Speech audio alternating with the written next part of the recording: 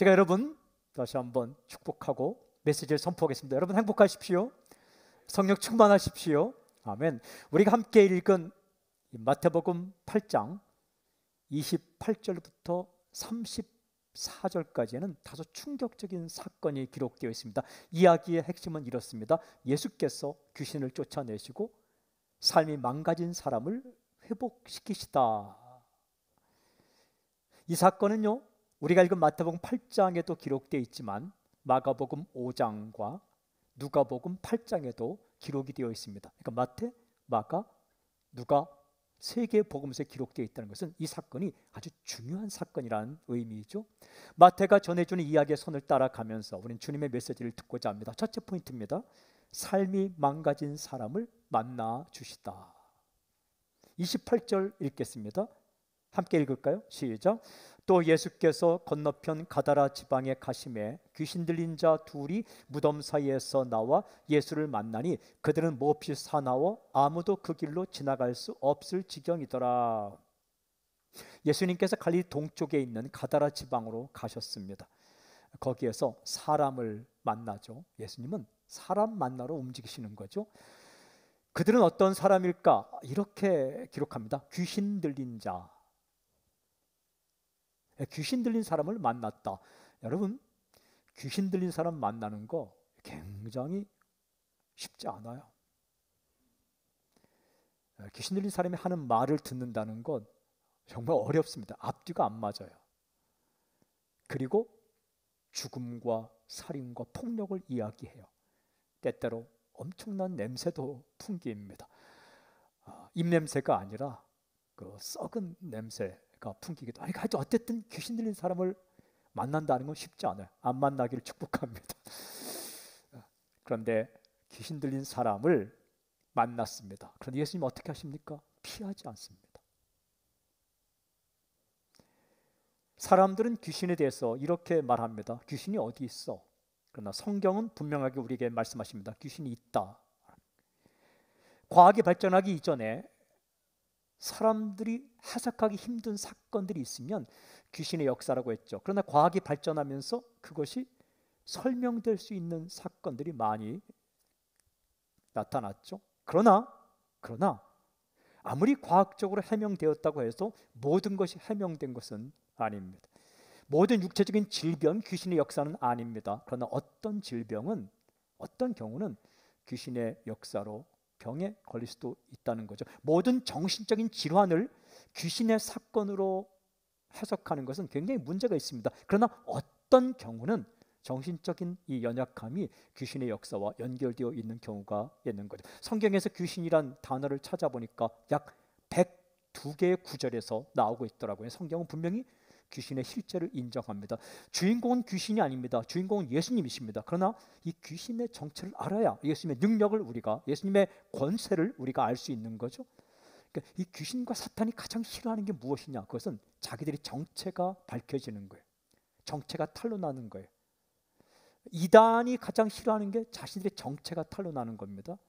귀신과 사탄이 가장 싫어하는 게 정체가 탄로나는 거예요. 그래서 오늘은 귀신이 주제는 아니지만 예수님께서 하신 일을 더 우리가 직접적으로 깨닫기 위해서 간단하게 귀신에 대해서 이야기합니다. 귀신이 있다는 거예요. 귀신은 어떤 존, 누구인가라는 거예요.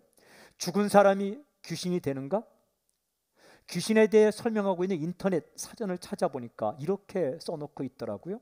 귀신은 사람이 죽어서 된 그 어떤 상태를 가리킨다. 행복한 삶을 살고 편안한 죽음을 겪은 사람은 좋은 귀신이 되지만 그 반대의 경우는 인간에게 해를 끼치는 나쁜 귀신이 될 수 있다. 특히 불행한 삶을 살고 잘못된 죽음을 갑작스럽게 맞이한 객사, 횡사, 급사, 아사는 굶어 죽은 거죠. 익사, 물에 빠졌고, 참사, 사고로 죽은 참사 등의 경우에는 나쁜 귀신이 될 수 있다라고 이렇게 설명해 두고 있더라고요. 이게 일반적인 한국인들의 생각을 정리해 놓은 겁니다. 핵심은 죽은 사람이 귀신이 된다. 이게 맞는가? 아닙니다. 성경은 우리에게 이렇게 말씀합니다. 죽은 사람이 귀신이 되는 것이 아니다. 천사가 타락하여 귀신이 되었다라고 우리에게 말씀합니다. 요한계시록 12장 9절을 보면 정확하게 이렇게 기록합니다. 큰 용이 내쫓기니, 이 큰 용은 옛뱀 곧 마귀라고도 하고 사탄이라고도 하며 단수입니다. 사탄은 하나. 온 천하를 꿰는 자라. 그가 땅으로 내쫓기니 그의 사자들도 그와 함께 내쫓기니라. 그의 사자들, 즉 그의 부하들, 그의 졸개들, 이 존재가 바로 귀신들입니다. 그들이 사탄이 이 땅으로 내쫓길 때 귀신들도 그의 부하들도 함께 내쫓겼다. 그럼 왜 내쫓겼는가? 유다서 1장 6절에는 이렇게 설명합니다. 또 자기 지위를 지키지 아니하고 자기 처소를 떠난 천사들을 큰 날의 심판까지 영원한 결박으로 흑암에 가두셨으며, 이 말씀에서 자기 지위를 지키지 아니하고 자기 처소를 떠난 천사들, 이 존재들이 귀신들이라는 겁니다. 본래 천사들은 자기 지위가, 위치가 어떤 위치입니까? 하나님 찬양하는 위치입니다. 하나님을 높이고 하나님을 경배하고 하나님을 드러내는. 그런데 이 천사들이 자기 위치를 지키지 않았다. 무슨 말입니까? 하나님의 위치로 올라가려고 도전을 했다라는 거예요. 그래서 쫓겨났는데, 이 땅으로 그 대장이 사탄이 쫓겨날 때 함께 쫓겨난 이 타락한 천사들이 귀신들이다라는 거예요. 귀신의 숫자는 변하지 않습니다. 죽은 사람이 귀신 된다 하면 숫자가 늘어나겠지만, 또 천사는 장가가지도 않고 시집가지도 않습니다. 마찬가지 귀신도 역시 그렇습니다. 그러니까 처음에 귀신의 숫자는 변함이 없다. 그러면 귀신 들린 사람이 시골에 같은 데 가면 마치 이미 죽은 사람의 목소리를 내고 행동을 하는 것은 어떻게 설명할 수 있을까라는 거예요. 귀신은 속이기의 명수입니다.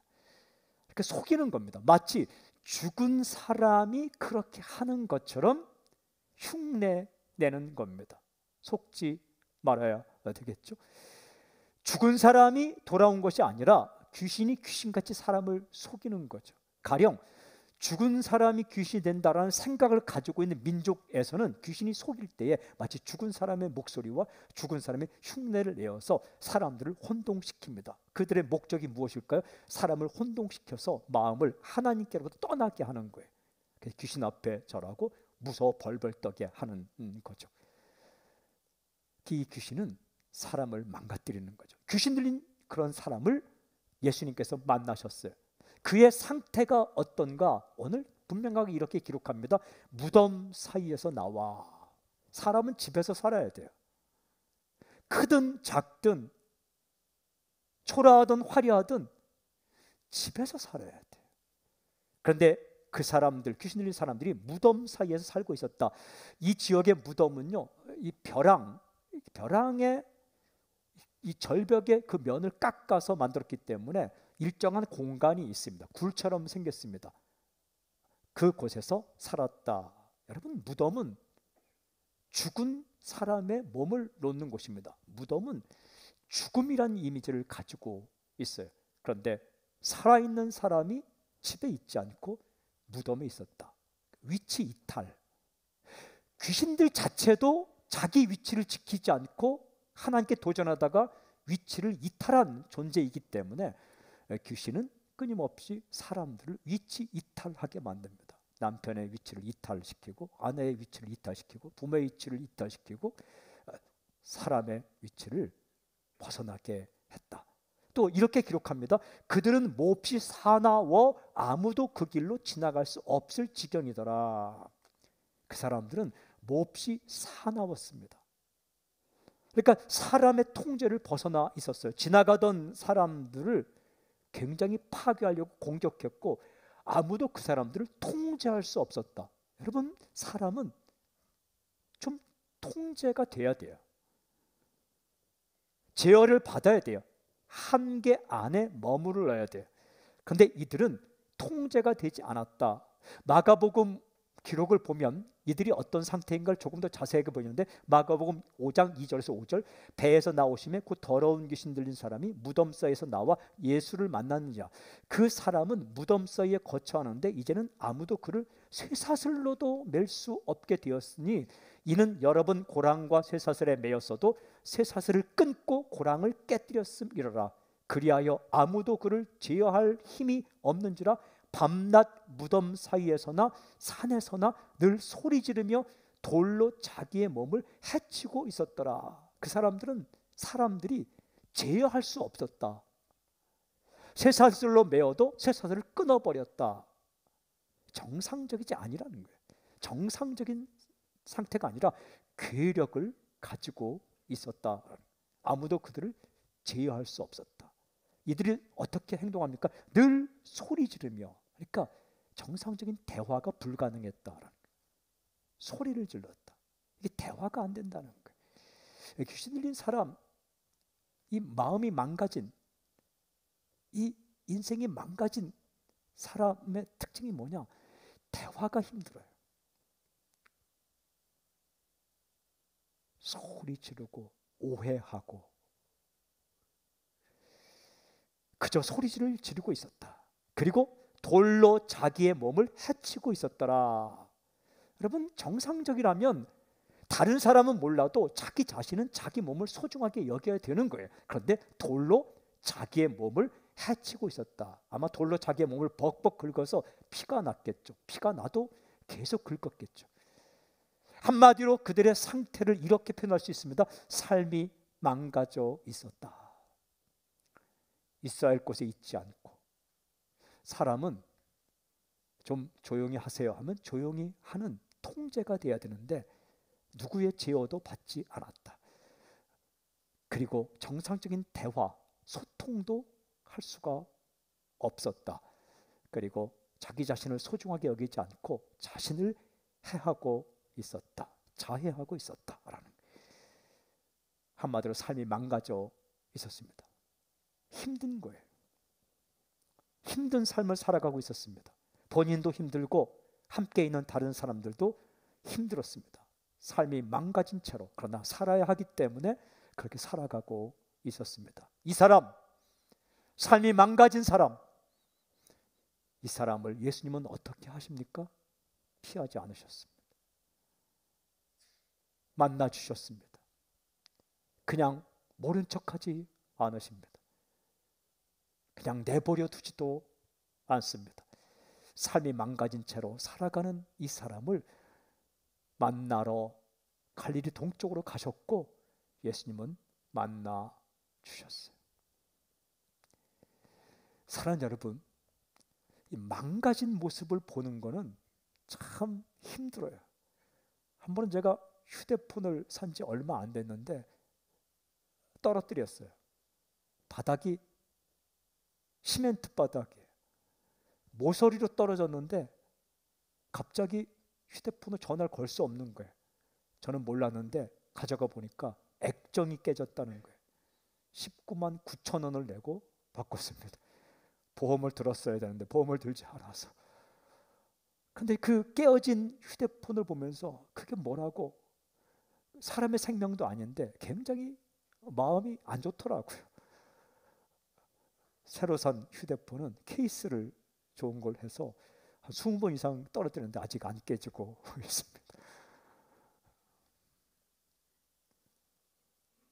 한 번은 제가 중고차를 처음 100만 원 주고, 그것도 어렵게 해서 프라이드 승용차를 처음 샀는데 그거를 제가 친하게 지낸 누군가가 빌려달라고 해서 빌려줬는데 몰고 나갔다가 완전히 그냥 박살내서 갖고 온 거예요. 그 찌그러진 그 차를 보는데도 마음이 굉장히 안 좋더라고요. 100만 원짜리밖에 안 되는 중고차지만 부서진 모습 보면서 휴대폰, 승용차, 망가진 사람에 비하면 별거 아니죠. 예수님은 망가진 우리의 모습을 보면서 견딜 수 없어 하신다는 겁니다. 그런데 피하지 않아요. 대화가 되지 않는 사람 만난다는 거 쉽지 않습니다. 마음이 깨어져 부서져서 늘 상처투성이 싸우려고 준비하는 사람 만난다는 거 쉽지 않습니다. 몸이 망가진 사람 돌본다는 것도 그리 쉬운 일이 아닙니다. 관계가 망가진 사람과 가까이 지난다는 게 쉽지 않습니다. 그러나 예수님은 피하지 않는다. 사람은 피할 수 있지만 예수님은 절대 피하지 않습니다. 모른 척하지 않습니다.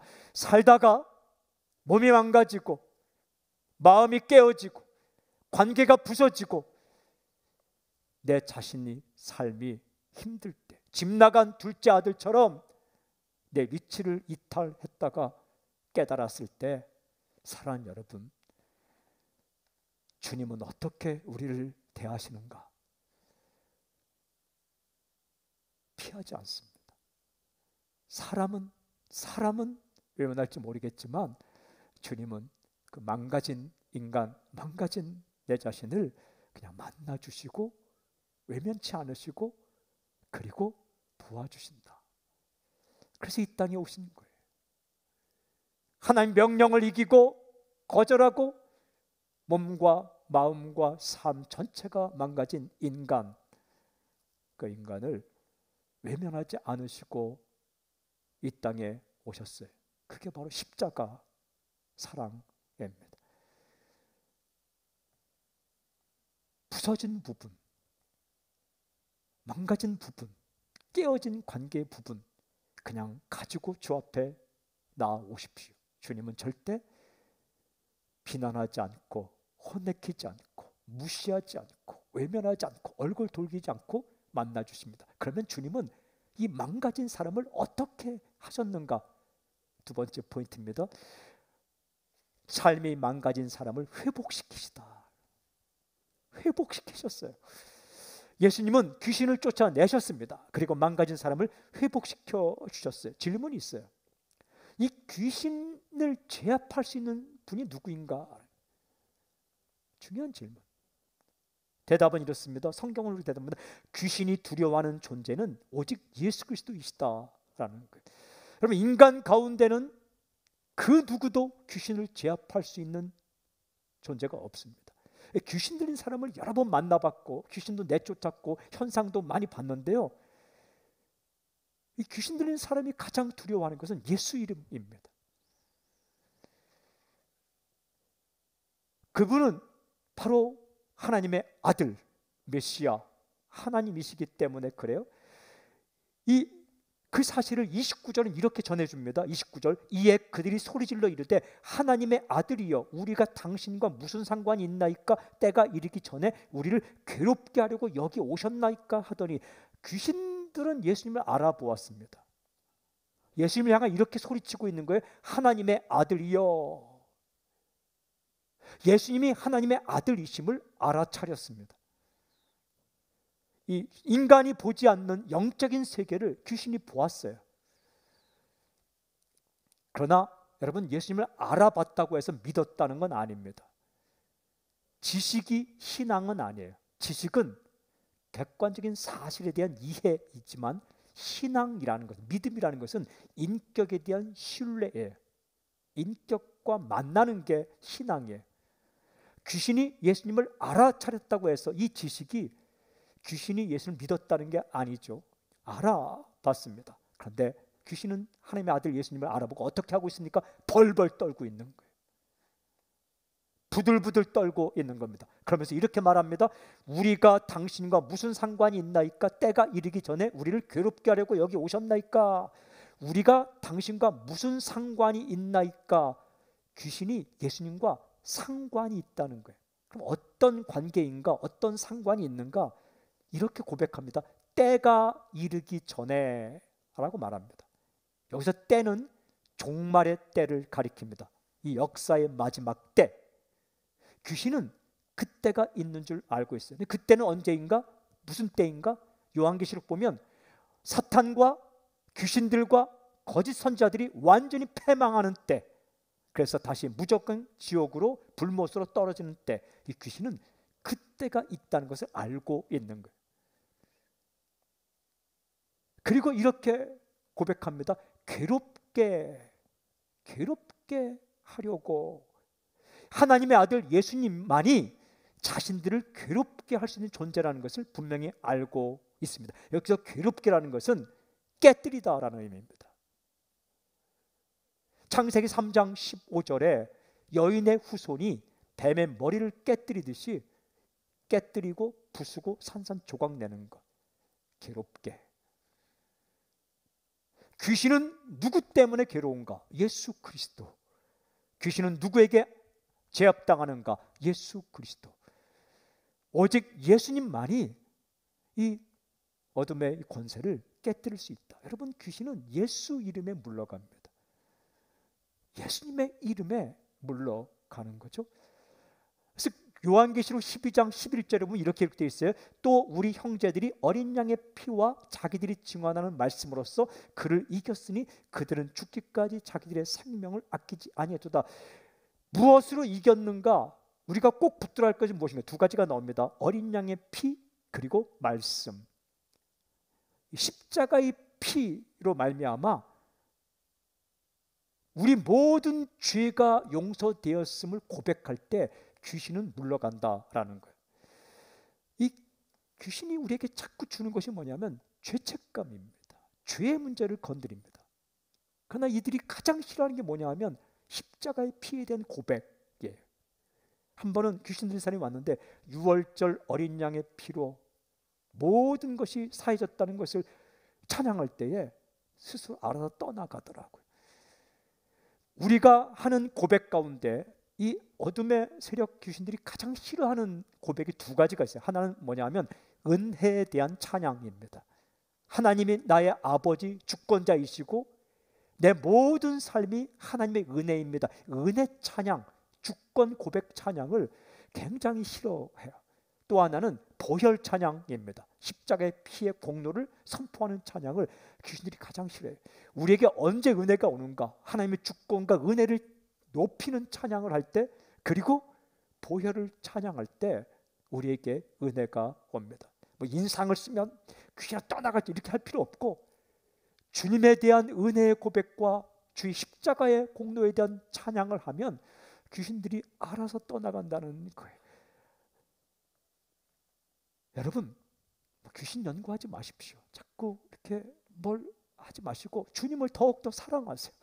이게 영적 전쟁의 1번입니다. 영적 전쟁의 1번은, 영적 전쟁에 있어서 첫 번째는 주님을 더욱더 사랑하는 거예요. 주님의 은혜를 고백하고 주님의 보혈을 찬양하고. 그래서 우리가 예배 끝나고 마음 있게 공동이 할 때 하고 싶은 게 뭐냐면 지나간 2021년 한 해를 지키신 하나님의 은혜를, 채워주신 하나님의 은혜를 고백하고 싶은 거예요. 그리고 앞으로 2022년 동일하게 채워주실 하나님의 은혜를 고백하고 믿음으로 선포하고 싶은 거예요. 여러분, 귀신들이 하나님의 아들 예수님 앞에서 벌벌 떨게 되었어요. 그래, 어떤 사건이 일어납니까? 예수님이 어떻게 하십니까? 그 귀신을 내어 쫓았습니다. 그래, 그때 그 망가진 사람이 회복되었어요. 아주 드라마틱하게 회복되는데 어떤 과정을 통해서 회복되는가? 이렇게 기록되어 있어요. 마태복음 8장 30절 34절 제가 읽겠습니다. 마침 멀리서 많은 돼지떼가 먹고 있는지라 귀신들이 예수께 간구하여 이르되 만일 우리를 쫓아내시려면 돼지떼에 들여보내 주소서 하니 그들에게 가라 하시니 귀신들이 나와서 돼지에게로 들어가는지라 온 떼가 비탈로 내리달아 바다에 들어가서 물에서 몰사하거늘 치던 자들이 달아나 시내에 들어가 이 모든 일과 귀신 들린 자의 일을 고하니 온 시내가 예수를 만나려고 나가서 보고 그 지방에서 떠나시기를 간구하더라. 예수님께 귀신을 쫓아내셨습니다. 망가진 사람이 회복되었어요. 이 사건을 이렇게 표현합니다. 귀신 들린 자의 일, 그러니까 귀신 들던 사람이 회복된 일, 사건. 놀라운 사건입니다. 이것은 주님께서 이 땅에 오셔서 무엇을 할 것인가를 보여주는 단면적인 굉장히 중요한 사건이에요. 망가진 인간을 회복시키신다라는 거죠.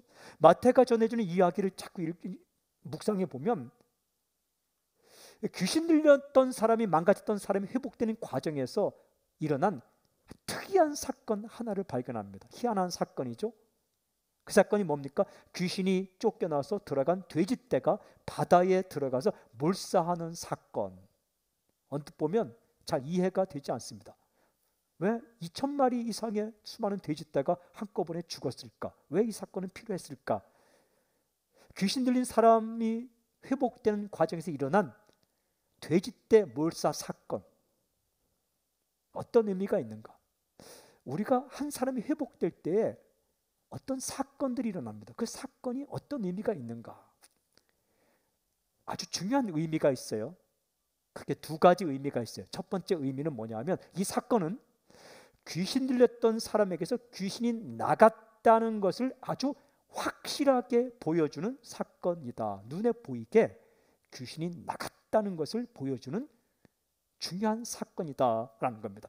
귀신들은요, 자신들을 돼지떼에 들어가게 해달라고 부탁을 합니다. 예수님이 가라라고 허락을 하죠. 그 이후에 일어난 사건을 이렇게 기록합니다. 귀신들이 나와서 돼지에게로 들어가는지라 원떼가 비탈로 내리다라 바다에 들어가서 물에서 몰사하거늘. 그러니까 귀신 들린 사람의 입에서 귀신들이 요청한 거죠. 우리 돼지떼에 들어가게 해주십시오. 예수님께서 허락하셨죠. 바로 뒤에 어떤 사건이 났냐? 돼지떼가 내리달아서 절벽을 뛰어서 바다에서 몰사했다. 사람들은 이 사건을 본 거예요. 무엇을 느꼈을까? 사람들은 귀신이 실제로 존재한다는 것을 알았을 것이고, 두 번째, 귀신들이 그 사람에게서 나왔다는 것을 알았을 것이고, 세 번째는 귀신이 예수님께 굴복했다는 사실을 본 것이죠. 또 한 가지는 귀신 들렸던 사람들은 자신들이 귀신 들렸다는 사실을 알았을 것이고, 또한 귀신들이 자기들에게 나갔다는 것을 눈으로 보게 된 거죠. 사람은요, 봐야 믿거든요. 그것을 이 돼지떼 몰사 사건을 통해서 보여준 겁니다. 참, 이 예수님은 세심한 부분이 있어요. 그러니까 눈으로 봐서 귀신들이 실제로 나갔다는 것을 알려주는 중요한 사건이 돼지떼 몰사 사건이다. 두 번째 의미가 있어요. 두 번째 의미는 뭐냐면, 사람들의 관심은 돼지떼에 있지만 예수님의 관심은 사람에게 있다라는 겁니다. 귀신 들렸던 사람이 회복되는 사건, 그 와중에 돼지떼가 몰사하는 사건, 이 사건을 듣고 수많은 사람이 몰려왔어요. 그 예수님을 보려고. 근데 몰려왔다가 어떻게 반응하는가? 이렇게 기록되어 있어요. 떠나시기를 간구하더라. 좀 떠나주세요 라고 간구했다. 이 짧은 구절이지만 이 10개의 글자, 떠나시기를 간구하더라, 이 짧은 구절이 굉장히 슬픈 사건입니다. 사람을 완전히 회복시킨 그 예수님을 붙들고 나와 함께 해주세요, 우리의 주님이 되어주세요, 이렇게 부탁해야 맞는데 떠나시기를 간구했다. 이게 슬픈 비극적인 사건이에요. 여기 인간의 실존이 잘 들어있어요. 왜 떠나달라고 했을까? 자신들이 피해를 보았다고 생각한 거죠. 또 예수님께서 계속 이곳에 계시면 돼지떼가 없어지는 것 같은 피해를 볼 것이라 생각하기 때문입니다. 왜 사람들이 예수님을 떠나는가? 손해볼 것이라고 예상하기 때문에 그래요. 왜 예수님 믿는 것을 따라가는 것을 주저하는가? 왜 예수님께 헌신하는 것을 주저하는가? 손해볼 거라고 생각하기 때문에 그래요. 이 사람들은 돼지떼 손해봤다는 거예요. 그리고 앞으로 계속 예수님께서 계시면 이런 손해보는 사건이 일어날 것이다 라고 생각하는 거죠. 그들에게 큰 사건은 귀신이 나가고 두 사람의 인생이 회복된 것이 큰 사건이 아니라 돼지떼 죽은 사건이 큰 사건이라는 거예요. 가치평가가 망가져 있어요. 두 사람보다 돼지떼가 더 중요하다고 생각하는 거죠. 어찌 보면 진짜 귀신 들린 사람은 이 사람들이에요. 무엇이 중요한지 가치평가를 못하는 거예요. 예수님은 살려주시는 분인데 피해를 주시는 분이라고 오해하는 겁니다. 그래서 거부하는 거예요. 그들에게는 사람이 회복되고 낫는 것보다, 사람이 회복되는 것보다 물질이 중요했습니다. 사람이야 죽건 말건, 망가지든 말든, 힘들건 말든 상관없다는 거예요. 돼지떼가 중요하다는 거예요. 망가진 가치관을 가지고 있었으면 어찌 보면 이것이 더 귀신들의 속임수일 수 있습니다. 멀쩡한 것 같지만 진짜 망가진 사람들이죠. 그러나 예수님은 돼지떼보다 한 사람의 영혼을 소중하게 여기셨습니다. 사람들의 관심은 돼지떼에 있지만 예수님의 관심은 사람에게 있었습니다. 여러분, 이것은 동물 학대를 옹호하는 그 구절이 아닙니다. 돼지떼는 죽어도 된다 이런 의미가 아니에요. 돼지떼도 중요하죠. 소중하지만 그러나 사람의 영혼의 가치와는 비교가 되지 않는다. 마태는 마태복음을 기록하면서 이 돼지떼를 몰살시키면서까지 그 두 사람의 인생을 회복시킨 예수님의 그 정말 핵심 생각을 알 수 있는 구절을 마태복음 후반부에 기록을 합니다. 마태복음 16장 26절에 이런 예수님의 말씀을 기록해요. 사람이 만일 온 천하를 얻고도 죄 목숨을 잃으면 무엇이 유익하리요? 사람이 무엇을 주고 죄 목숨과 바꾸겠느냐? 온 천하와 한 사람의 목숨은 비교 불가다라는 거예요. 하나님께서는 누군가가 온 천하의 모든 것, 모든 은행의 잔고와 부동산을 다 팔아서 가져와도 당신 한 사람과 바꾸지 않는다는 거예요. 한 사람을 살리기 위해, 회복시키기 위해 모든 것을 다 투자할 수 있다. 이 돼지떼 사건과 사람들의 반응을 통하여서 예수님의 세심한 사랑을 우리에게 보여주는 겁니다.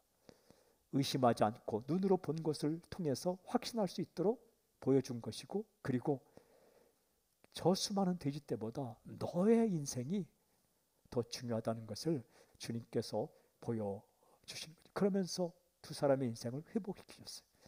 여러분, 이 이야기의 핵심이 무엇입니까? 이 이야기의 핵심이 무엇입니까? 바로 이것입니다. 예수님께서 귀신 들려 삶이 망가진 사람을 회복시키시다. 중요한 질문, 예수님은 누구신가? Who is Jesus? 예수님은 누구신가?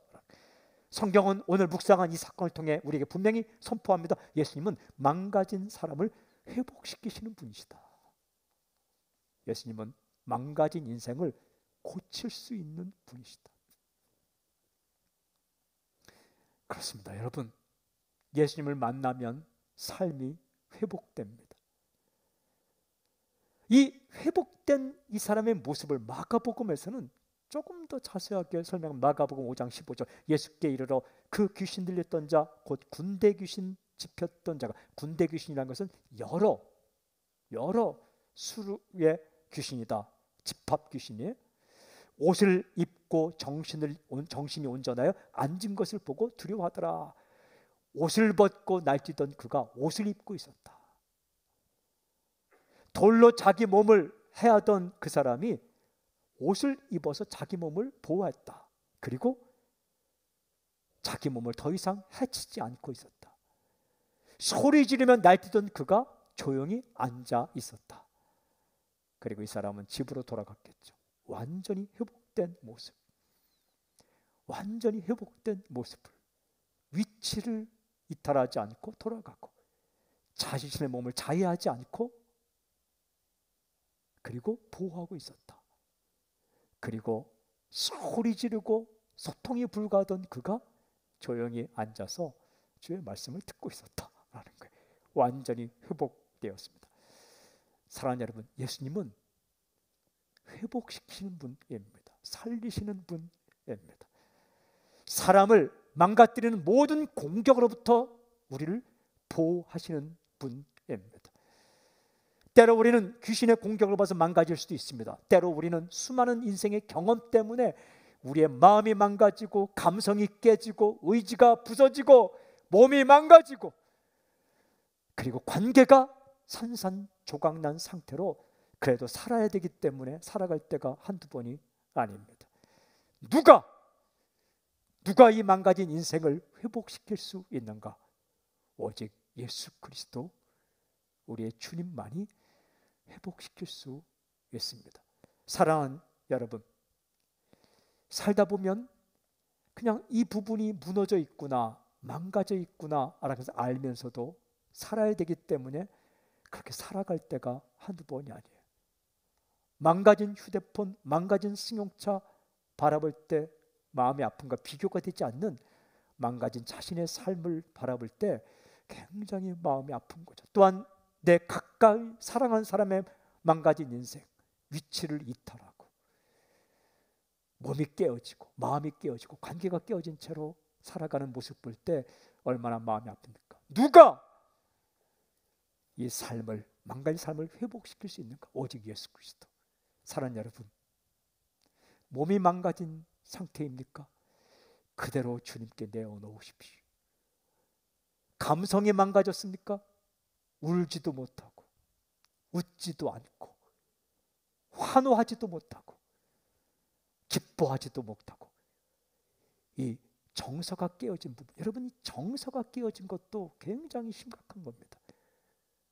하나님이 회복시킬 때는 우리의 정서를 회복시킵니다. 스치는 바람결에도 기뻐하고 예쁜 꽃들과 나무를 보면 정말 감탄하고 슬픈 영화를 보면 눈물이 나고 그리고 힘든 사람 보면 마음 아파하는 이 이모션, 이 정서가 깨어지지 않고 회복되길 원하시는 거죠. 관계가 깨어졌습니까? 그 아픈 관계, 깨어진 관계를 누가 회복시킬 수 있는가? 평화의 왕 예수 그리스도 주님께서 회복시킬 수 있습니다. 살다 보면 삶의 용기가 깨어질 때가 있어요. 하도 도전했는데 계속 실패할 때 이제는 포기하겠다. 용기와 도전 정신과 희망이 깨어졌을 때 누가 이 깨어진 용기를 회복시킬 수 있습니까? 예수 그리스도. 그 예수님께서 우리의 깨어진 용기를, 깨어진 몸을, 깨어진 마음을, 깨어진 관계를, 부서진 인생을 회복시킬 수 있는 어떤 방법으로? 그것은 주님이 결정하십니다. 사람마다 다릅니다. 어떻게 회복시킬 것인가? 그건 주님께서 기가 막힌 방법으로 당신이 상처받지 않는 한에서 회복시키실 것입니다. 그 와중에 돼지떼 몰사 사건 같은 어떤 사건이 일어날 수도 있어요. 그것은 주님께서 당신을 회복시키는 걸 보여주기 위한 세심한 사랑의 표현인 거죠. 살면서 무너지고 부서지고 깨어지고 온전하지 못한 부분이 보일 때에 어떻게 할 것인가? 주 앞에 엎드리십시오. 그리고 이렇게 고백하십시오. 나의 삶을 회복시킬 수 있는 분, 외면하지 않고 얼굴 돌리지 않고 모른 척하지 않고 나를 살리고 회복시키기를 원하시는 주님, 나의 이 부분을 회복시켜 주십시오. 나의 감성 가운데, 나의 의지 가운데, 멋모르고 날뛰는 나의 지식 가운데, 그리고 부서져서 힘든 누군가의 관계 가운데, 그리고 힘든 이 몸 가운데 주님 치료 광선을 발해주셔서 회복되는, 다시 달려가는 제자리를 찾고 그리고 살아있는 것처럼 살아가는 인생이 되게 해주십시오. 혹여 당신의 가족 가운데 위치를 이탈하고 부서진 마음으로 깨어진 삶을 살아가는 것처럼 살아가는 사람이 있다면 오늘 위에서 기도하십시오. 주님께서 찾아가 주셔서 그의 마음을 만져주시고 제자리로 돌아올 수 있도록 기도하십시오. 사랑하는 여러분, 그 부분을 그대로 내어놓고 주 앞에 나갈 때 주님은 회복시키십니다. 사람은 그 부분을 약점 잡아 비판하고, 사람은 그 부분을 약점 잡아 가십거리로 삼고, 사람은 그 부분을 약점 잡아 조롱할지라도 주님은 조롱하지 않습니다. 외면하지 않습니다. 비판하지 않습니다. 욕하지 않습니다. 그것밖에 안 되냐고 핀잔하지 않습니다. 그 부분을 회복시켜 주십니다. 이 시간 망가진 우리의 삶의 부분을 회복시킬 주님을 찬양합니다. 할렐루야. 우리의 주님을 찬양합니다. 할렐루야. 아멘.